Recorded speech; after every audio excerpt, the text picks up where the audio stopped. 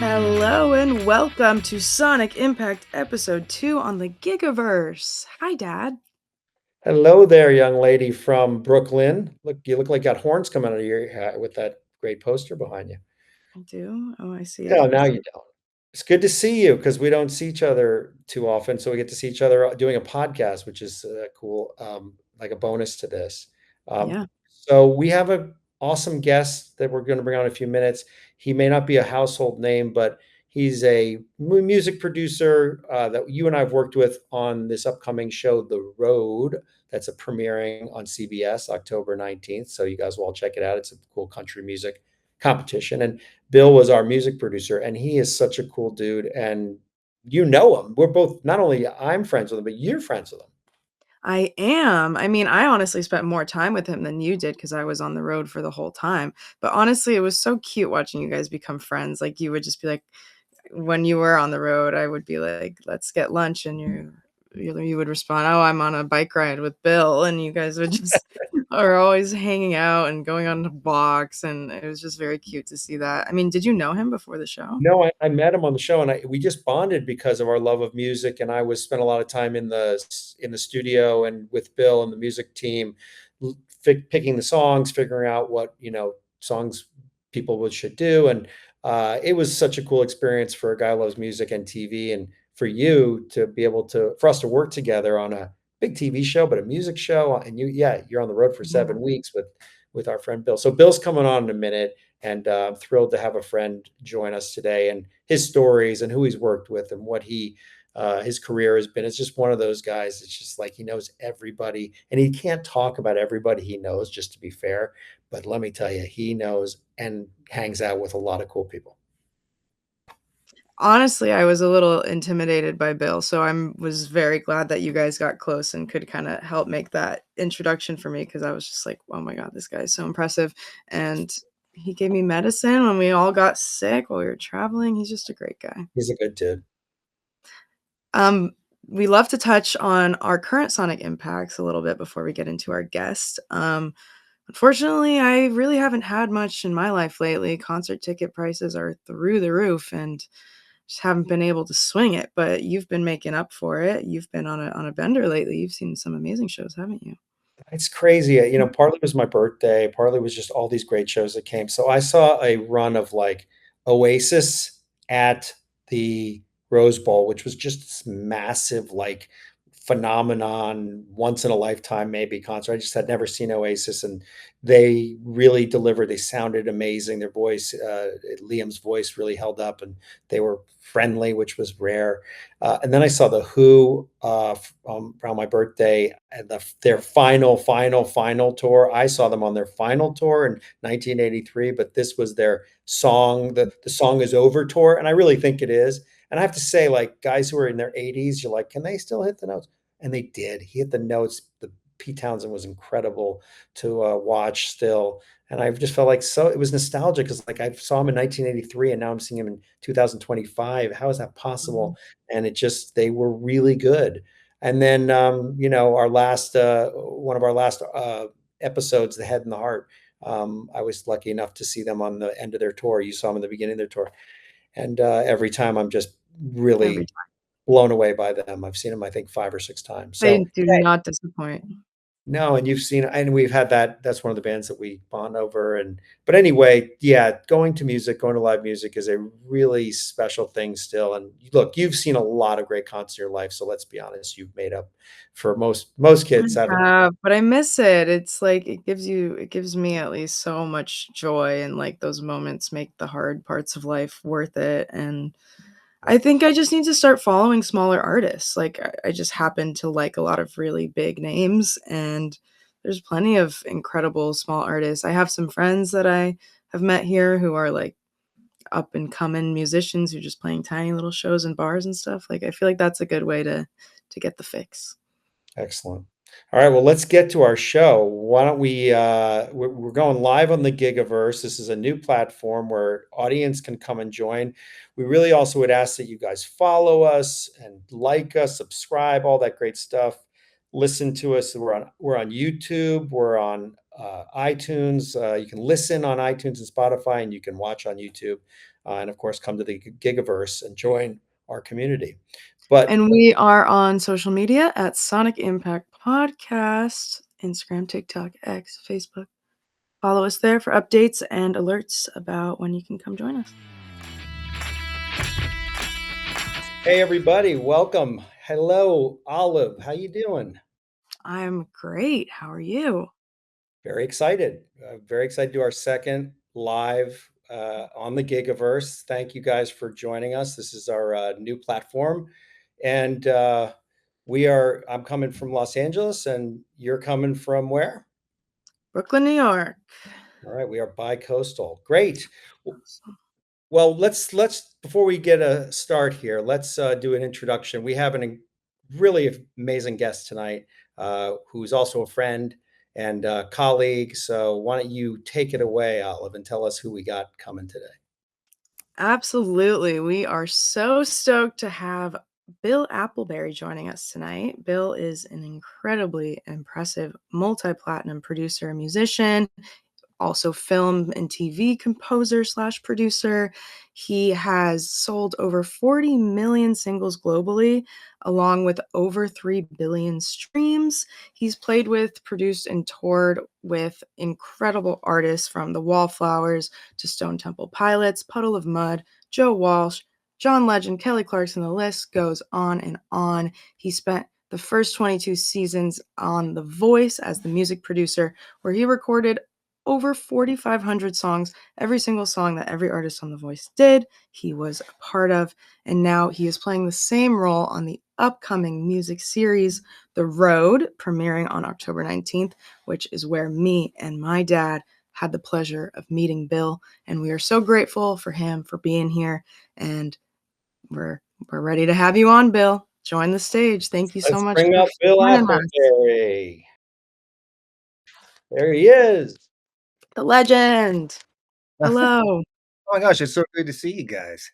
Awesome. You too. We miss you. This is our first friend that we've had on the show, which is really special, and colleague. And I'll let you guys just quickly, Olive, why don't you guys talk about how we met? Yeah, well, for those who don't know, there's a very exciting new country music competition show airing on CBS this month.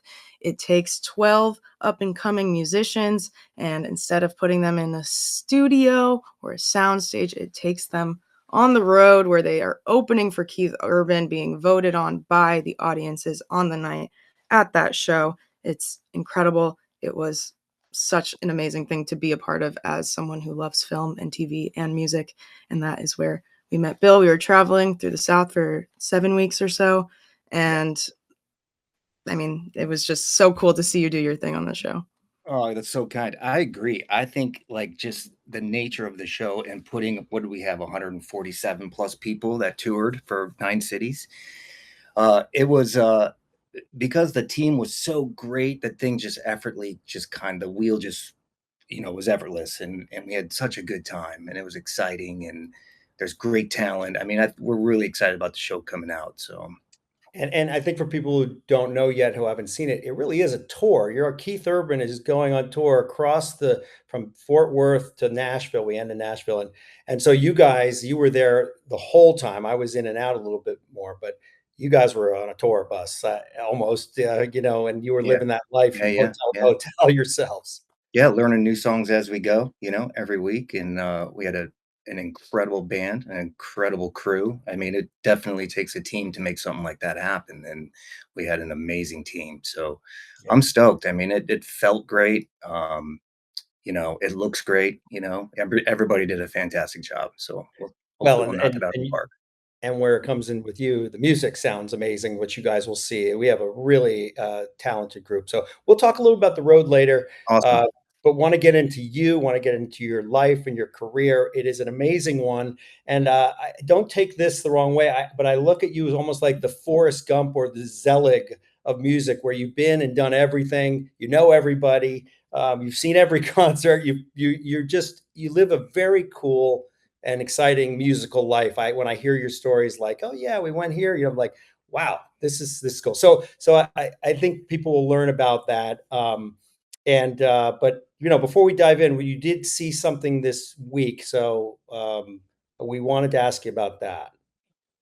Oh, Our favorite, Sir Paul we McCartney. I did, I was blessed to catch that Paul McCartney show in Palm Springs. Wow. Yeah, that was amazing. Um, it's at a small venue there. What is it, the Aqua Shaw, I think it is, or something like that. Aqua Center.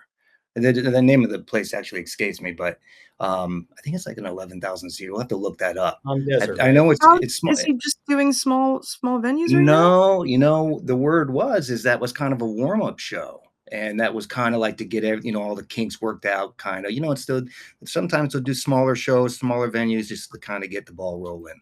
Right. Because I know, like, I think next week, they start doing stadiums, bigger, obviously bigger venues. The first time that's the second time I saw him. The first time I saw him, it was at Dodger Stadium years ago. So, and it was a ton of people in there. I mean, he's unbelievable. He was up there for almost over 3 hours and just constant song after song after song after song. You know, the only break that he actually gets is when he sits down to the piano to play like "Let It Be" or something like that. But it's impressive, very impressive. I Yeah. know. I mean, we saw him a couple years ago, and it's still will probably always be the best concert of my life. And Yeah, I heard he did help for the first time since 1990, I think, to open the show, they said. they opened with it. Yeah, they opened with it. Sounded great. I mean, the band's awesome. They've been with them forever, but I mean, Abe and they're just amazing. Rusty. They're awesome. All right. Well, enough Yeah, about Paul. Let's talk about you, Bill. Just a little background. You grew up in Chicago. I You did. I you had did. didn't have a musical family that you came from, really. You were, sort of, there was a Hammond, not a Hammond, there was an organ in your living room that you Yeah. must have Yeah. inspired you. But so it really wasn't a musical family. You weren't like a guy whose parents said, "Hey, we want you to take lessons." It's just sort of like osmosis. So what drew you to the piano? Were you just sort of immediately sort of taken by this thing in Yeah, your it's funny, man. When the family I grew up in, I had four brothers, and my other brothers were all into like working on cars. And I think, by default, we ended up getting the organ. I think I was telling you earlier that it was very common, like the '70s, to have like an organ in your house in the Midwest for some reason. I don't know why, but that seemed to be a popular thing for families. And I remember my grandfather and my grandmother both playing it. Well, my grandmother passed. My grandfather gave the organ to the kids, so to speak, and said, "Someone learn how to play this." So it wasn't me at first. It was my next oldest brother, Rick, who started playing it. And then I would kind of gravitate and hover around, but then I kind of jumped in and I started uh, taking lessons from this guy. He's a younger guy actually, and he can play, and he'd come over to the house and give us lessons there, and I just stayed with it. By that time I was like fifth grade, and I just was playing all these old My Way and like, Night Train. My grandfather loved Night Train, and he used to see a guy named Eddie Warner who'd play in these like, clubs around the south side of Chicago. And Eddie Warner was a real Hammond B3 player. Like he played foot pedals, like he really had that thing down, and he would have a drummer with him. And I think that song Night Train was one of his claims to fame. And so, I'd learned that from my grandfather, to the point where when my grandfather would come over and visit and I'd be out riding my bike with my friends, he'd be like, Billy, come in and play me Night Train. And I'd be like, oh God, here we go. So you really were an organist or a keyboard versus a pianist. That's what I started with. Yeah. And then I think when I got into jazz band in high school, when I moved into high school, I just, it's black and white keys. I mean, the feel's a little different, but then I started getting into just applying that over to piano. The good thing, like taking organ lessons, was versus classical piano, like you really learn chords, right? So you're playing the organ, your left hand is all chording, and you're playing the lead line with your right hand. So when I did move into the jazz band, like I had a knowledge of just chords and extensions and that kind of thing as well. So it was fairly easy for me to just kind of bounce over.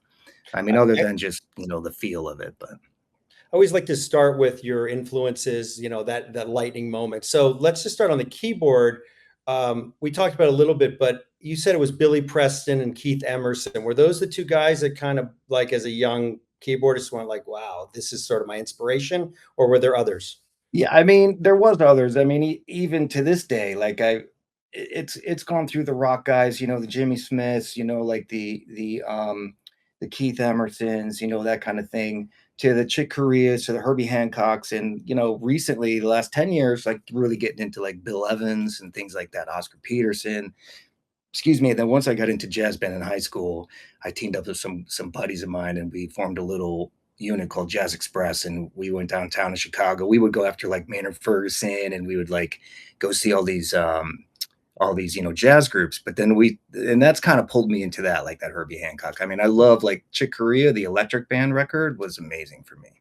You will get to your career where it's really eclectic and it runs from a lot, but definitely rock runs through a bunch of your later stuff. So there had to be a very important influence in the late 70s, early 80s in the rock front. So were there artists, bands that like, oh my God, I want to be like Aerosmith, or who was that? Yeah, I mean, what's funny, and we briefly touched on this. So we being in the south side of Chicago, you would always, a lot of people would vacation north, right? Either it's Wisconsin or you go straight up to Minnesota. Well, my family, every summer, man, we would head up to Minnesota, right? And my oldest brother, Scott, he was 3 years older than me. So he kind of started like on the way up, right? Because we would just be in the back of the truck and, whatever. And we got a 12-hour drive or whatever it is. He'd have the boombox out. And, so he started playing like Nazareth, or Eric Clapton. Like he went through a whole rock phase when I was young. The Cars. I mean, I remember that playing the Cars record all the time. And then he moved into being a DJ at a roller rink as we got into the 80s, and then roller skating became like that was the thing. Like all the kids would hang out at the roller rink. And then so he got into like a lot of funk, a lot of like Tower of Power, the Gap Band, like early Prince, like just all of that. So I kind of moved around a little bit. I always liked rock. I played in a little rock band when I was in high school, and also did the jazz thing. And as a Yeah. keyboard player, you listen to Tom Sawyer by Rush. There was a band down the street from us that all us kids would go down. They'd be rehearsing in the garage, and I remember they just ripped Tom Sawyer out, and I thought that was the coolest thing, man. Yeah. And there So wasn't even a keyboardist in the band, but influenced by the Rush but for sure. that line is just such an iconic line to that song. And so here I am playing the organ, trying to make my way through high school. And I'm like, okay, I remember listening to like Boston's record and just yeah, trying to learn that stuff and play with these guys. And yeah, so I kind of thought as far as being in a band, rock band kind of thing, I'd have to move into some of that. I always did like it. My jazz chops weren't great. They certainly weren't like able to chase down like Herbie Hancock and those kind of guys. But it's a journey, man. It's a long, it's a life of just kind of cultivating it, and hopefully you get better as you go. You know, It's not journey, it's a journey. But just to make a it, journey. yes. So last question about the childhood, which we talked about a little bit. You had a seminal moment that comes back later in your life, was the Eagles, and I'm wearing an Eagles Yes, in honor of you, Bill, today. awesome, awesome, Uh, love that. but you were 12 years old, and you tell the story of you won tickets to see the Eagles. I did. There was a radio station in Chicago called The Loop, and it was Hotel California tour. They were playing Soldier Field, which is a massive, massive stadium. And of course, I'm in the house and the radio's playing, and I hear, 10th caller wins tickets to go see the Eagles at Soldier Field. So I snuck out into the garage and grabbed the phone, and I'm like, bing, bing, bing. Old You, school, no cell you, phones. Totally. No, you're a lucky winner. So here I won like 4 tickets to go see the Eagles at At Soldier Field. 12, you were 12? I was about 12 years old. I mean, when did that record come out? Like 78, something 78? like that. Yeah. I was born in, Yeah. well, yeah, it Oh, doesn't make I sense for can't me. even imagine winning tickets on the radio was impossible, but to the Eagles at 12, holy Yeah. moly. So I was stoked. But unfortunately, I wasn't allowed to go. So I gave them to my cousins who were late teenagers at that point. And, Uh, it was what it was. And I never would have thought that that was a special moment in my life, like one of the marking posts in your journey that you look back on and go, wow, that is like unbelievable. But fast forward 25 years later, and I didn't even move to LA until the end of 1997. So I was what, probably 36 when this happened, 37. Uh, I ended up in Joe Walsh's band, and it was a crazy story how that particular thing Wait, I happened. love But this, Bill. I ended up in Joe Walsh's band. Like, Casual. I just did. ended up I with worked for it. I mean, I worked for it. I got the opportunity, and I went home. So that's the short. The story kind of goes as I was working with the DeLeo brothers. Excuse me, sorry. I was working with the DeLeo brothers on a project, and they were doing some artist development stuff, and we hit it off, and I ended up surfing with Robert DeLeo from time to time, and we were out surfing, and he got a call from a late buddy of mine, Smokey, and he said Joe wants to put a band together, wants to go on the road for a couple weeks. Do you know any keyboard players? And he said he leaves. He goes, "Hey, Bill, you want to go on the road with Joe?" And so there you go. And I was just like, "Yeah, hell yes, I do." And so that was it. So Joe put us all in the room together, and we ran a bunch of songs because he wanted to make sure it was going to work, right? So, but in that meantime, I went home and bought every record, and I shed that thing hard for like maybe 8 hours a day. I mean, there was no way I was going to walk in that room and not know what I was doing, you know. Got in the room. Another thing that was kind of wild was Steve Ferrone was playing drums, and if you know Steve Ferrone was Tom Petty, Eric Clapton. I mean, he's a bad, he's an awesome guy, an awesome drummer. So we went in there, and Joe was excited, and then we went on this tour. And Smokey came to me and said, "Joe wants to make sure I have your phone number and keep you around. He's got another tour coming on next year." So I just wrote that out for about 4 years. So that's how that happened. I could spend an hour on this story alone, so but we got to move to other things. But just the fact, and I just got to point this out: 12 years old, you can't go to his concert. You have to give the tickets away. Thank you, mom and dad. Yeah. And all these years later, you end up being in Joe Walsh's I was in this band and band. playing with him. And how weird is that, right? Like you think about that, like you start thinking like maybe there's forces out there that are a lot bigger than you are.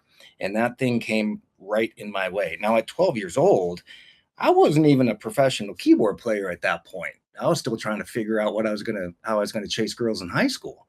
So, I that Full really wasn't circle. even on my radar. Right. So So lesson kids, when your parents say you can't go to that show at 12, it's fine. It'll all work out. You'll end up maybe playing with the band at some point. maybe, but the real lesson to me was you pay attention to every little thing that happens in your life or the people you meet because you never know what that's going to lead to in the long run. And we all Yeah. know life is short. That time goes by quick, you know. At 12 years old, I thought 37 was going to be, take forever to get to, but then all of a sudden it's there.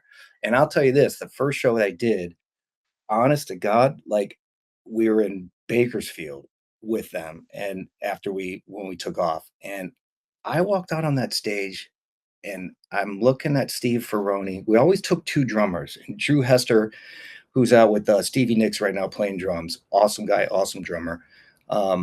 He was with Joe for a few years before that. And then so we'd have Drew and Steve Ferrone, Dean and Robert DeLeo, and Joe Walsh, and me. And I swear to you, what the only thing that went through my mind was, what the hell am I doing on this stage?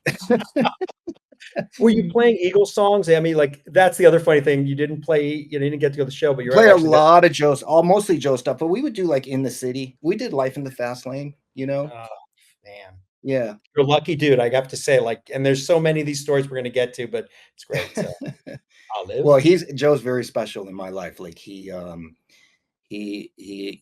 has been a rock and roll mentor to me, you know. I mean, I've seen him recently and every time I see him, I just thank him all the time. You know, I mean, that experience is crazy.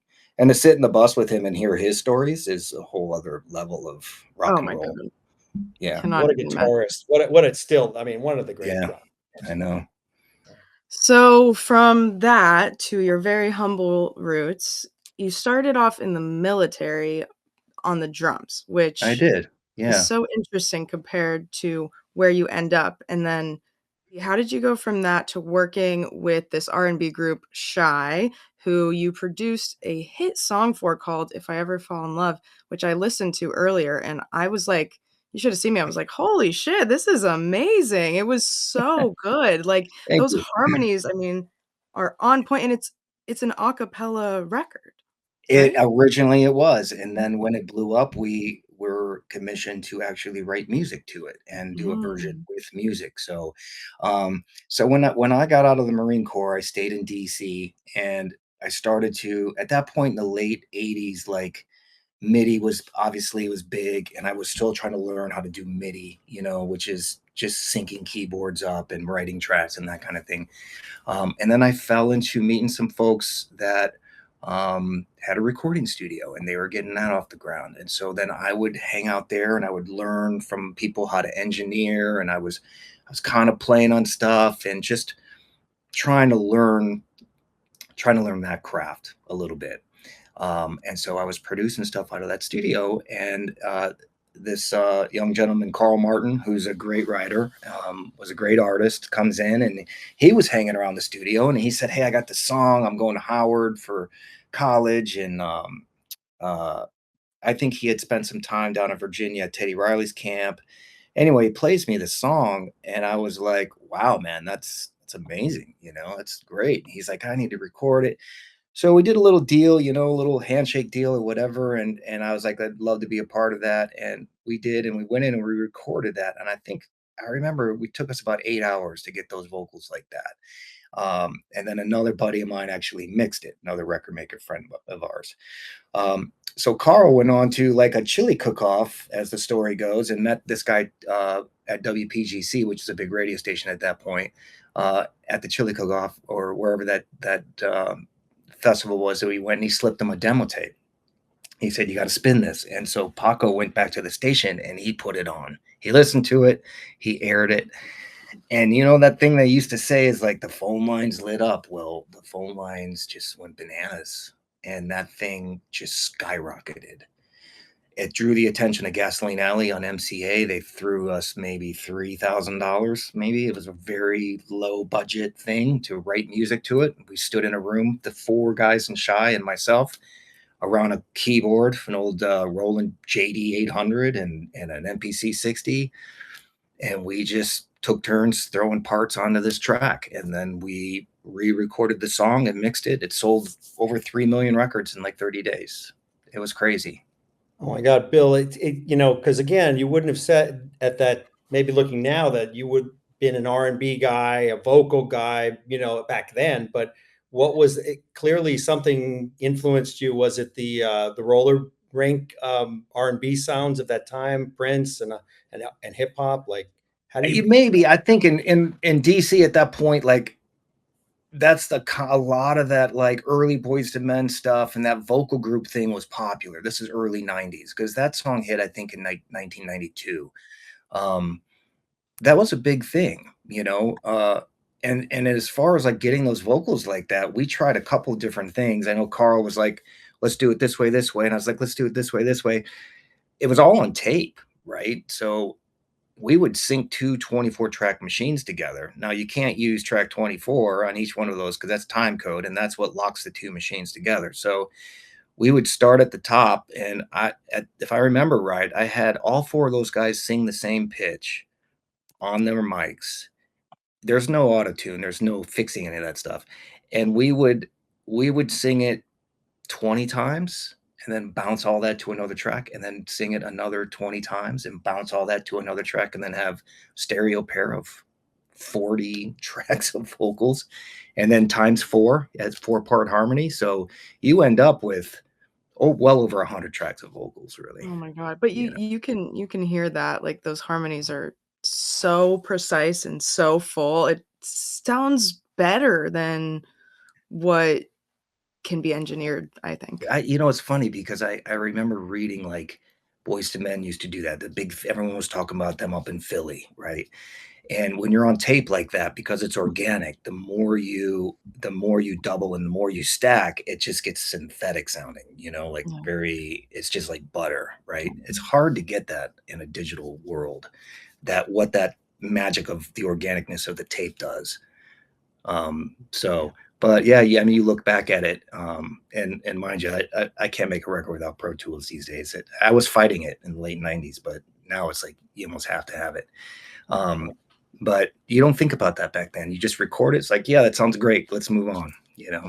Everybody got to listen to If I Ever Fell in Love. It was a big hit back then for Bill. So we're going to push forward, Bill, to do we have any questions? That's Lexi. If we have any questions, we can bring them up. If not, we're going to keep moving on. Um, so, Bill, you headed out to LA, you make your way out there, and this is sort of the time where you start working with all kinds of great artists. I think people are going to be really sort of blown away by the names that we're going to talk about and these stories. So I'm just going to take them and just sort of throw them at you, and you give us sort of the how this comes about and the highlight, if you will, from that moment. So let's start with the Wallflowers. Everybody knows Jacob Dylan, Bob Dylan's son, big hit with One Red Light and other songs. Was that the song One Red Light? Was it called or no? Was that the One wrong? Headlight. One Headlight. Thank you. Yeah, that was on One their Headlight. second album, actually, the one that T-Bone Burnett did, called "Bringing Down the Horse." So when Yeah, is it when so you meet them and start working with yeah, so Bob? we'll fast forward a little bit. I'm going to backtrack just a little bit. So I moved to LA when I was 30, and I think I just, I was going into Philly trying to get some work. I think I just got to a point in my life where I'm like, I need to make a change. I want to get out and do more rock and roll. It's just where I was getting a lot of R&B work, and it was great, and it taught me a lot about groove. And I went through a period there, my late 20s. I mean, I lived in my van for a couple months. I was just hanging on, doing whatever I can do. And I was like, now I got to move to LA. So I had a chance to move out there. I was making a record with a buddy of mine, and he was producing it. I was programming it, engineering it, and the band started to grow some legs on K Rock, and we had a top 10 radio hit on K Rock. I'm like, all right, well, I got a little something to talk about. So now's the time. Loaded up my keyboards. I had $600 in my pocket. Drove to LA. I knew two people. One was Jim Ebert, and another buddy of mine that I worked at A&M. Ended up working at A&M with Phil Blackman. So I go to see Phil Blackman. It's like the first day, January 1998. It's like January 1st, whatever. And I go to see him, and I'm thinking to myself, like, I'm going to look for a job. I don't know, I just need to get and meet people here. And I talked to the guy, Ron Rutledge, who was running the place at the time, and he goes, "We just lost an engineer. I normally hire from within, but since you know what you're doing, uh, I'm gonna, if you want the job, I'll give it to you. A bunch of records coming up. Job paid like $8 an hour. I was like, oh my god, I'll take it. It was the second best decision I ever made in my life.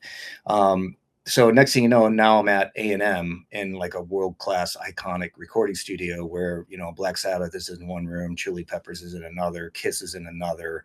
It's just like, it's insane. And it was just a whirlwind. And we lived there basically. We were doing 20-hour days, all those kids that were there.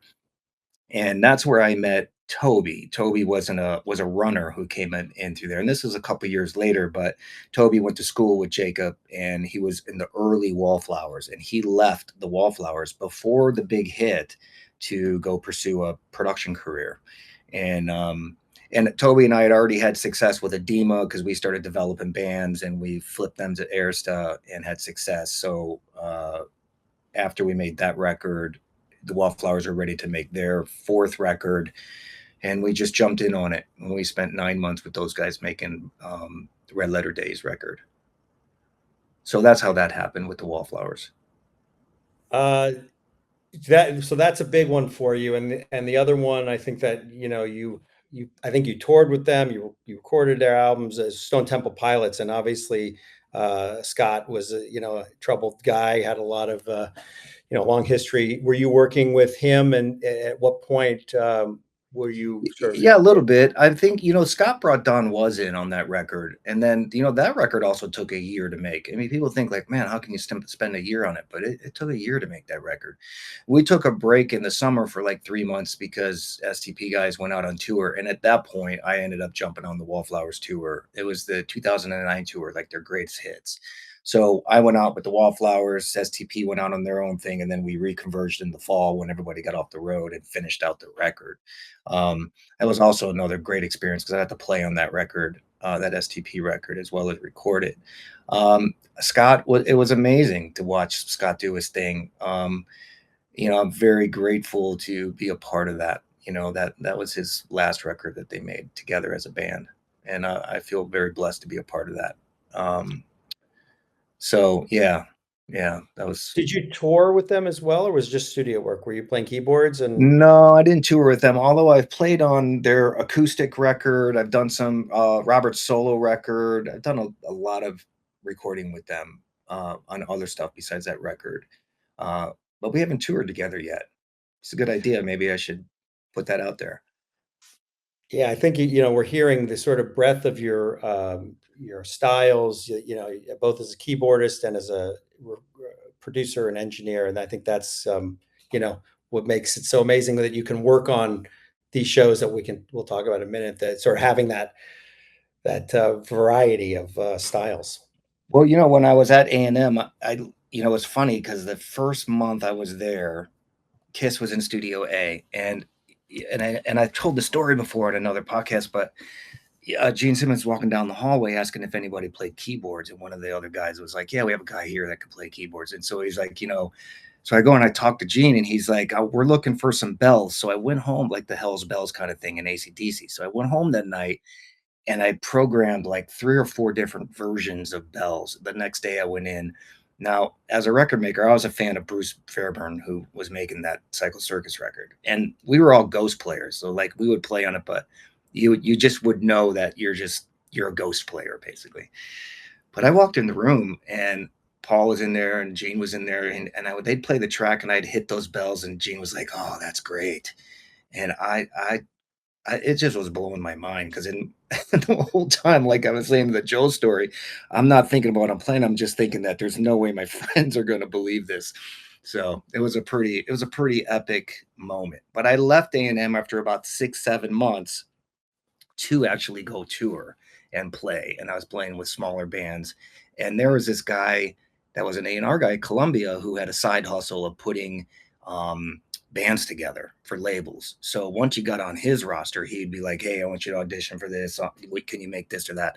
And he was I really loved that guy, man. Barry Squire was his name, and he called me one time, and I was on the road with this girl duo called the Murmurs on the MCA, and I was on the road with them, and he called me, said, "Hey, this was Alanis Morissette's second record. You want to audition for Alanis?" And I'm like, "Oh my god, yeah, that'd be amazing." I got like 3 days off.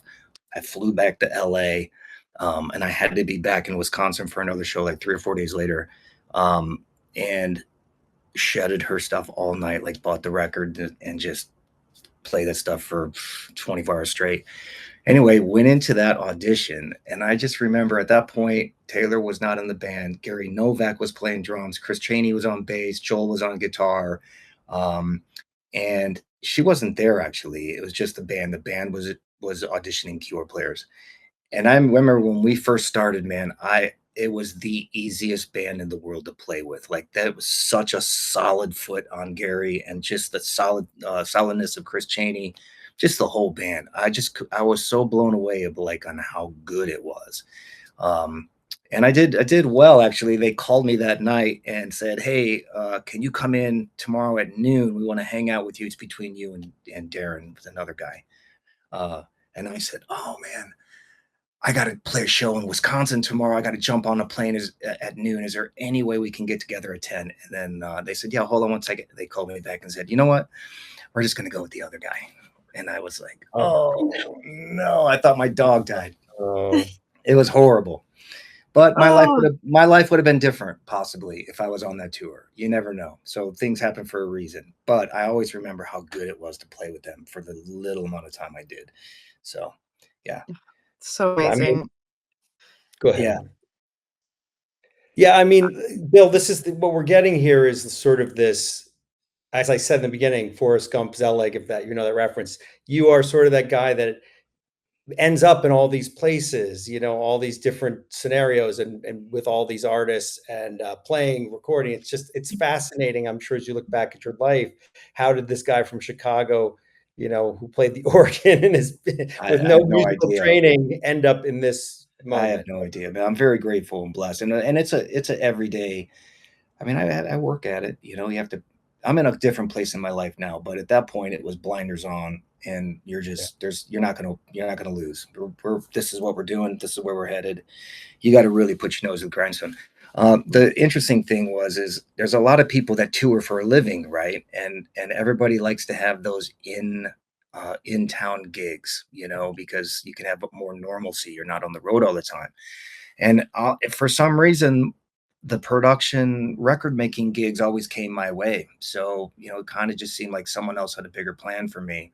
Um, and even to this day, like, you know, we were talking about our show, The Road, like, um, I put it out there to go on the road. Like, I put it out there as in like last year in December, particularly, as I said to my wife, like, yeah, I'm gonna throw it out there, man. I think I want to go play for a little while. And if it's the right situation. And she goes, yeah, that sounds awesome. And next thing you know, I got a phone call to go on the road very last minute, as you know, because I left.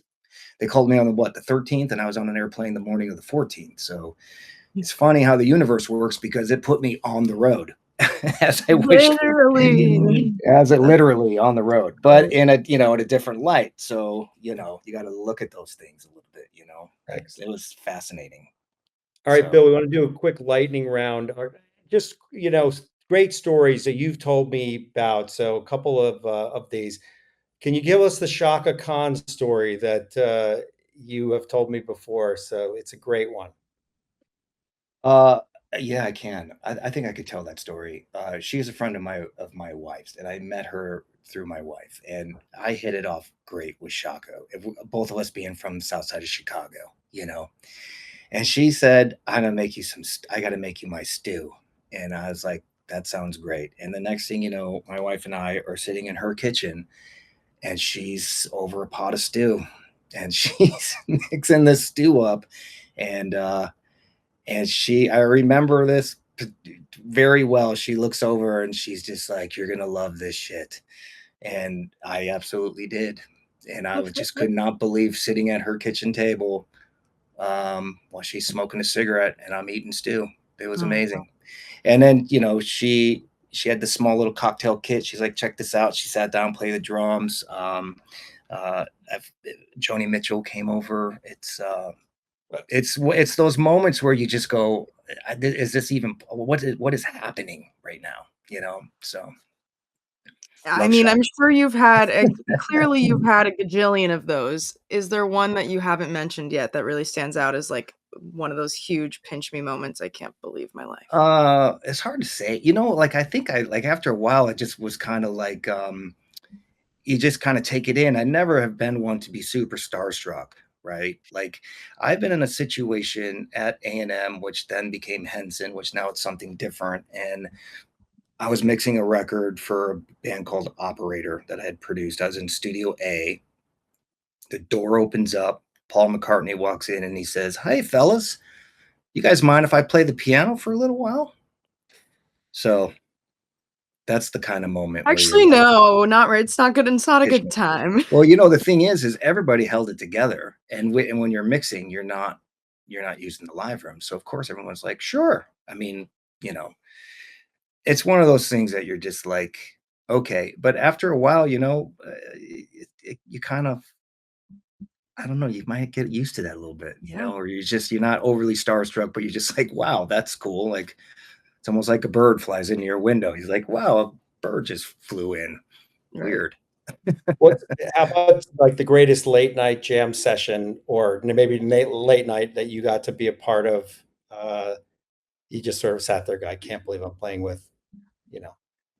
Yeah, I gotta be careful, man. I don't wanna overshare because I wanna protect people, All right.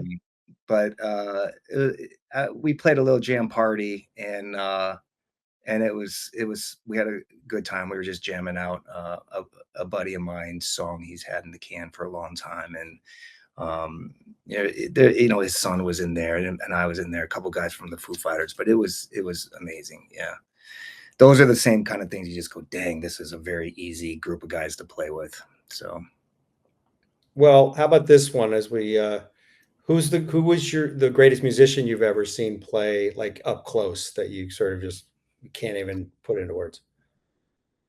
oh man, uh, I've seen a lot of great musicians, man. I love the people that have their own thing in different ways. Do you know what I mean? Like if you sat and watched Bill Evans when he was around, you would just be like, that guy is on another planet, another level, you know? I know some amazing, amazing players that are great at what they do, you know? So that's a hard question to answer. Um, How about this one from an audience member? Peter wants to know, what artists that are up and coming would you like to work with? uh, all of them. I Great question. Great question, Peter. I love artist development. That's kind of a dying art to me. And I feel like, ultimately, like before I got recognized as a producer, it was all about developing artists for no money.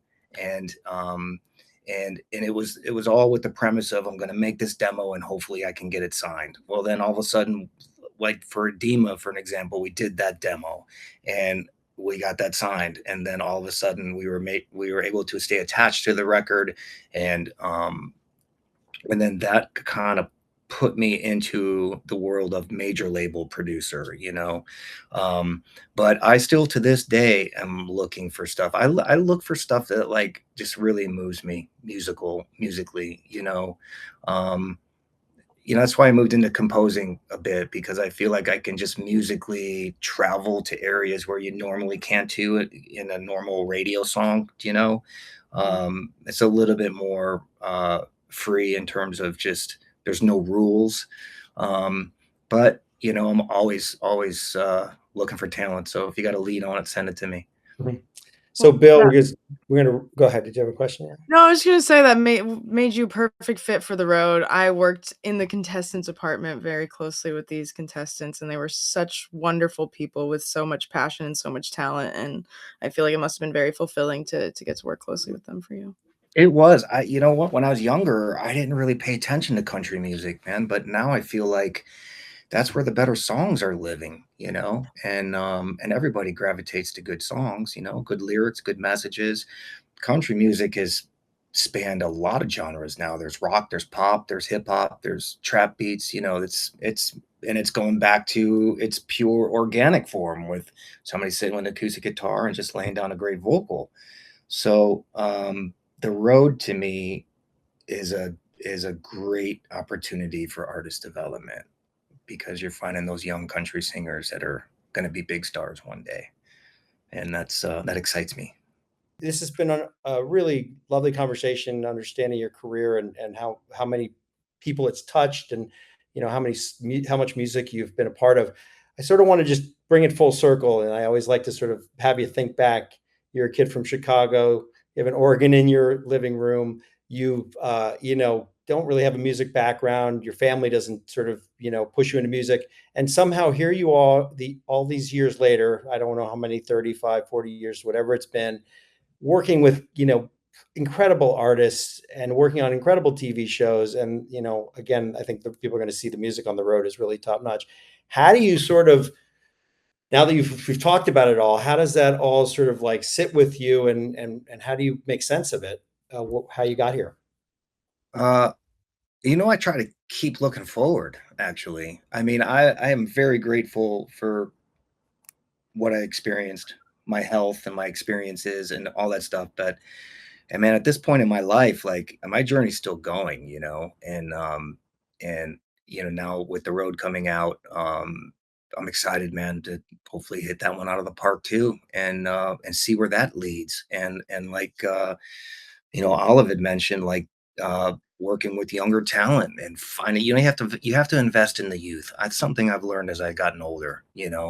Um, so to go back and find these younger 20s or even younger, and just, stuff that I fall in love with, and just try to be a part of it, and see if I can help in any way, so Well, that's also kind of where my head's at. the McCartneys and the Joe Walshes, and those are pretty damn good too, that you've gotten to be around, and that's sort of unprecedented for most people that will never get to do what you have. I'm just grateful to be able to witness a live show from Paul. I thought it was phenomenal to see that. I mean, yeah, it's insane what people like that have achieved. But yeah, no, that's all good, and it's all fun, and it's fun to talk about, and I do appreciate it. And I'm not underselling that at all, because those are big moments in my life. Those little things that happen, and I do pinch myself. I just try to, you know what? I just try not to freak out. That's pretty much it. I've seen you around some big names, and you don't freak out. You're very Yeah. calm. You got to hold it together, man. You know what I mean? You got to hold it together. And again, I'm very aware of what the universe will throw in my path, because you never know who you're going to meet. It's going to change your life. You know, Well, that's incredible advice for me, as I'm very much in the early stages of my career feeling like nothing is going anywhere. So yeah. it's Well, there's hope. you can't give up. You got to stick in it. You got to stay in it. You can stay in it to win it. You know what I mean? You got to keep at it, you know. And by the One way, I'm going to hook you up with some Brooklyn folks too. So you have, you know, explore a new friend group. You know what I mean? hell What do you yes, mean? You please. worked on the road. What do you mean nothing going anywhere? You've already gone on the road for a You're huge right. trip. You're right. There you That's go. true. That's Yeah, true. went somewhere. Yeah. I mean, Anyway, go we ahead. went to see Elvis's estate We together. sure did. That Great. That was amazing. was Well, fun. first of all, I want to thank the audience for coming and being with us on this. Is a new platform, the Gigaverse. Awesome. We're glad you guys all got on it and could participate. Thank you for our audience members for just coming on. Nice to meet you, Anthea. That was great to have you on stage. And Bill Appleberry, everybody, Great to check see you, out. buddy. Thank you for coming on your time. Thank Check out the road. you. My pleasure. My October pleasure. 19th. You're the And I'm best, gonna Bill. thanks. You guys are. I'm gonna side text you some potential other people you might want to have on your podcast Oh, appreciate it, man. if you're down. We'll see you at the So premiere. yeah, we will. Awesome. Good to see you Thanks, both. everybody. You Thank you too. guys. All right. Take care. Bye bye.